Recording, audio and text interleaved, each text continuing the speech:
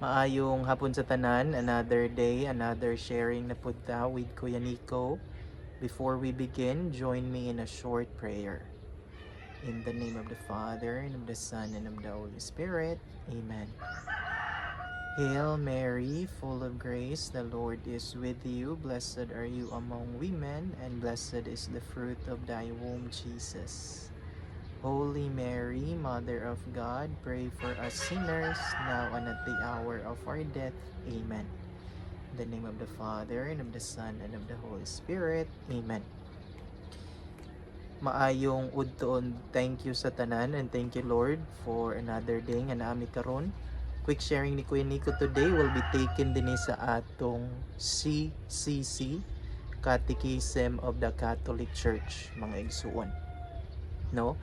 So let's continue to pray, read the catechism, reflect, ponder on it, so that with the grace, love, and mercy of the Lord, we'll continue to grow in our knowledge, in our understanding, in our appreciation with our Catholic faith, mga igsoon.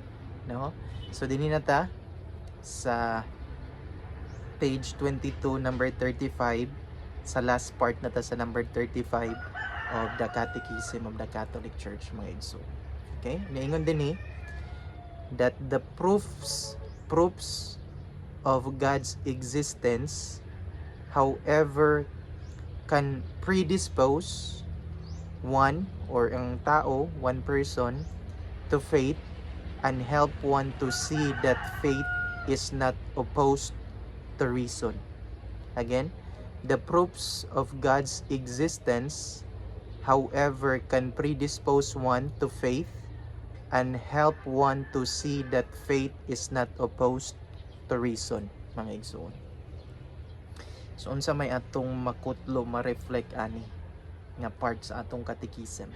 I do believe it's very important kay nga naman morning stand, morning unsa man principle, the very belief of the Catholic faith nga unsa nga the human reason, the human understanding, the human mind is not opposed, it's not against to the Catholic faith, pagtuo nato diya sa Ginoo, mga igsuon. No? Nga naman, the Catholic faith teaches that the more we study, the more we discover, the more we understand, the more we appreciate nature and the human person,